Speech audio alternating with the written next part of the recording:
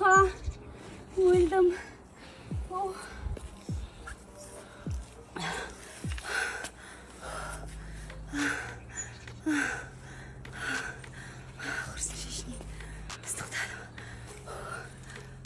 Ойбай, ыңырсып не көрінді? Желіні шуатқан Мадина Садуақасова былай деді.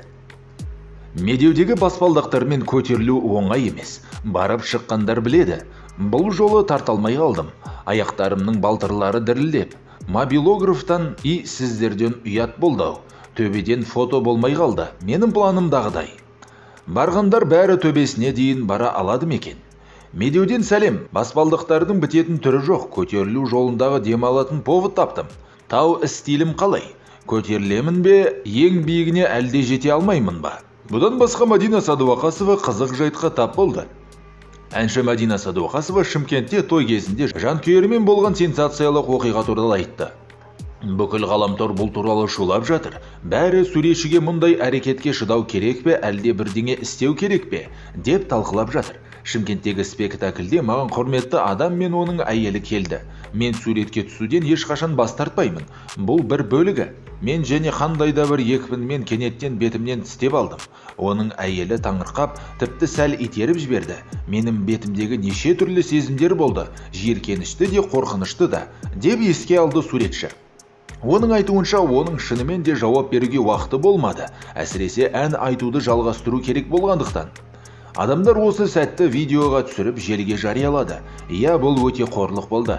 Бірақ мен өзімді жұртшылықтан алшақтатпаймын, сотқа да бармаймын. Бірақ олар бұл қудалау деп бағаланды. Және олар барлық жерде құрмет көрсетті. Олар жеке кеңістік бар екенін түсінді. Шынымды айтсам, бұл менімен бірінші рет болды, деп мойындады ол. Мадина Садуақасова күйеуінің оқиғаға қалай қарайтыны туралы сұраққа да жауап берді. Бір жылдан бері бір туысым менімен бірге ассистент болып өнер көрсетуге барды. Ол күйеуіне жауап беріп, барлығы санаулы секундтарда болғанын, оның алдын алу қиын екенін түсіндірді, деп қосты әнші. Бұған дейін немолчи.kz қорының жетекшісі Дина Исмаилова Шымкенттегі атышулы видеоға назар аударған болатын. Оның пікірінше мұндай әрекетке жол берілмейді және қудалау болып саналады. Комментарияда бір ханыммен сөз таластырдым, бірақ мұндай пікірдегілер ақылды, шыдамды бол деген қағидамен ойлайтын әншілерді кемсітетін сөздерді сөйлеп, ән айтуды тым көп санайтындар көбейе ме деп қорқамын. Мейрамхана бонус ретінде қудалауды білдіреді, деп жазды ол.